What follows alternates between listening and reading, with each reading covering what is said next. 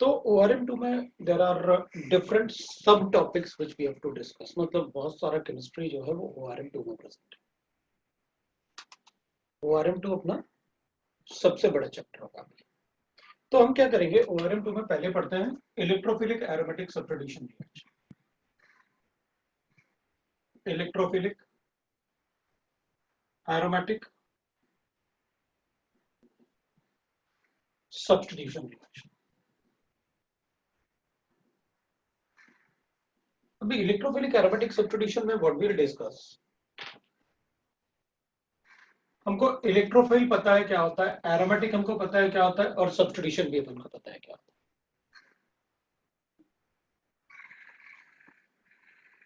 तो electrophilic aromatic substitution reaction हमको पढ़ने हैं इन बेंजीन में, मतलब एरोमेटिक कंपाउंड जो हम यूज करेंगे that will be the benzene, in benzene.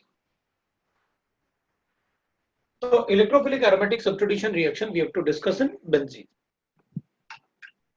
Electrophilic aromatic substitution reaction we have to discuss in benzene. ठीक है, so we can say that benzene ring में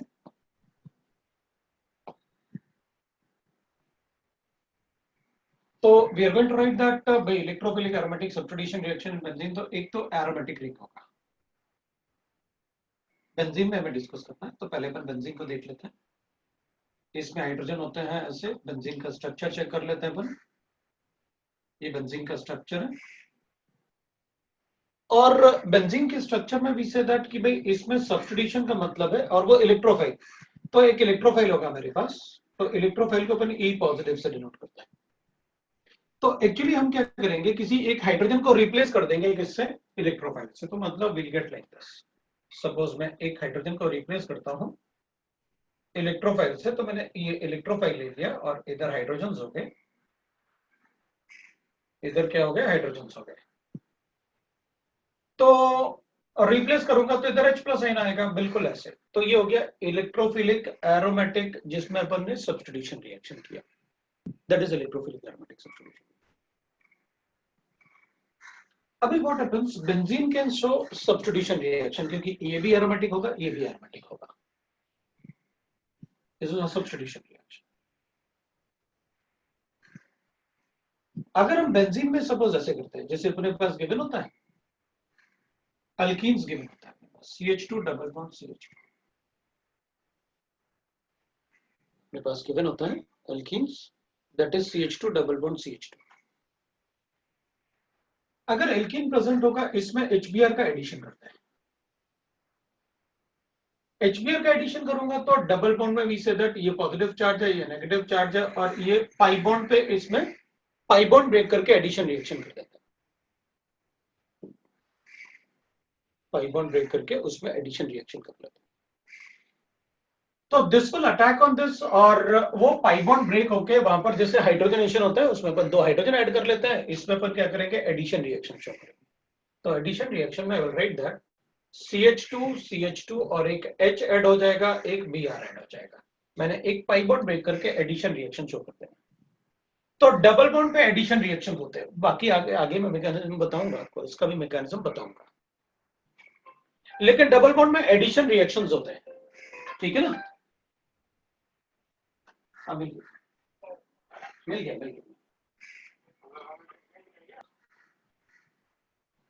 ठीक है। अब इसमें पाई बॉन्ड ब्रेक होके 2 सिग्मा बॉन्ड बने, ये तो अच्छी बात है, ज्यादा स्टेबल होगा। एक पाई बॉन्ड ब्रेक किया और 2 सिग्मा बॉन्ड बनाए, एक्सोथर्मिक रिएक्शन।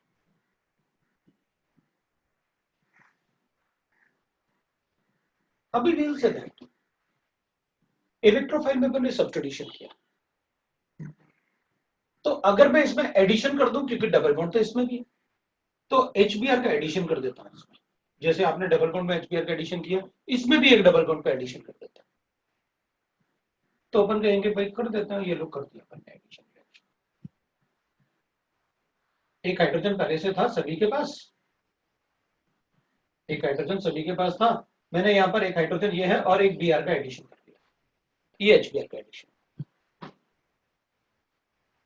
अब अगर ये HBr का एडिशन आपने कर दिया, तो भाई एक पाई बॉन्ड ब्रेक करके आपने 2 सिग्मा बॉन्ड तो बना दिए, लेकिन एरोमेटिसिटी लॉस्ट हो गया। ये एरोमेटिक, ये भी एरोमेटिक है,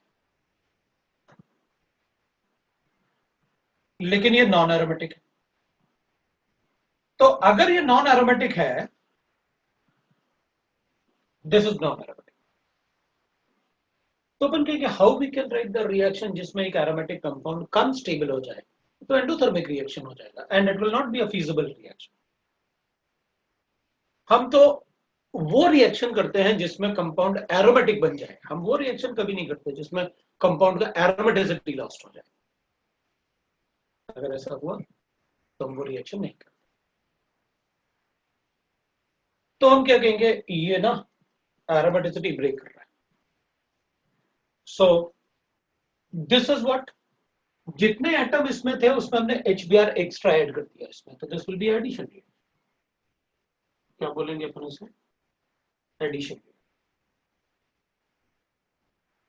ये है एडिशन। तो एडिशन रिएक्शन में तो एरोमेटिसिटी लॉस्ट हो रहा है, लेकिन सब्स्टिट्यूशन में एरोमेटिसिटी लॉस्ट नहीं हो रहा। सो बेंजीन सोल्स substitution reaction, not the addition.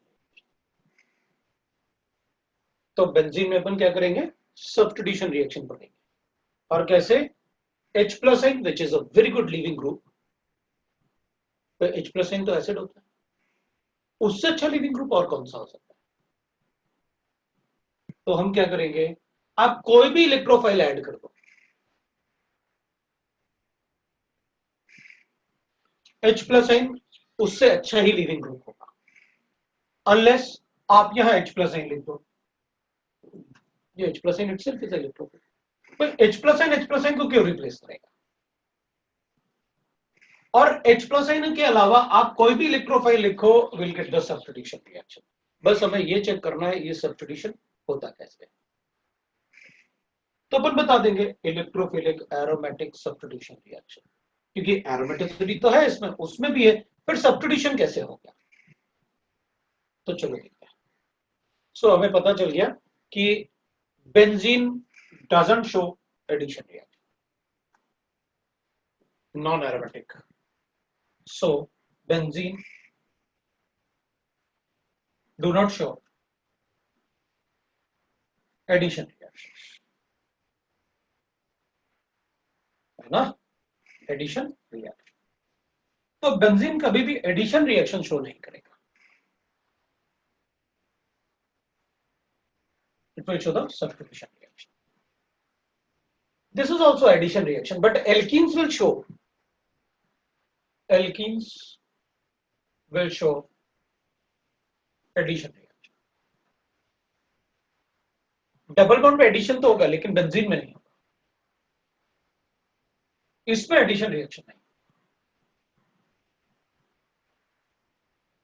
ठीक है, तो let us check how this electrophilic aromatic substitution reaction take.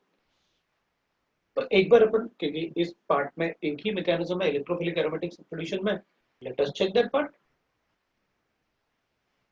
तो इलेक्ट्रोफिलिक एरोमेटिक सब्स्टिट्यूशन रिएक्शन का एक मैकेनिज्म देख लेते हैं अपन कैसे होता है। तो बेंजीन, क्योंकि एरोमेटिक कंपाउंड में आप सिर्फ बेंजीन पे फोकस करेंगे, एडवांस में other aromatic compound can be there, but वो मैं बताऊंगा तभी आप उसको पढ़ोगे। So the mechanism we can write, ये बेंजीन है,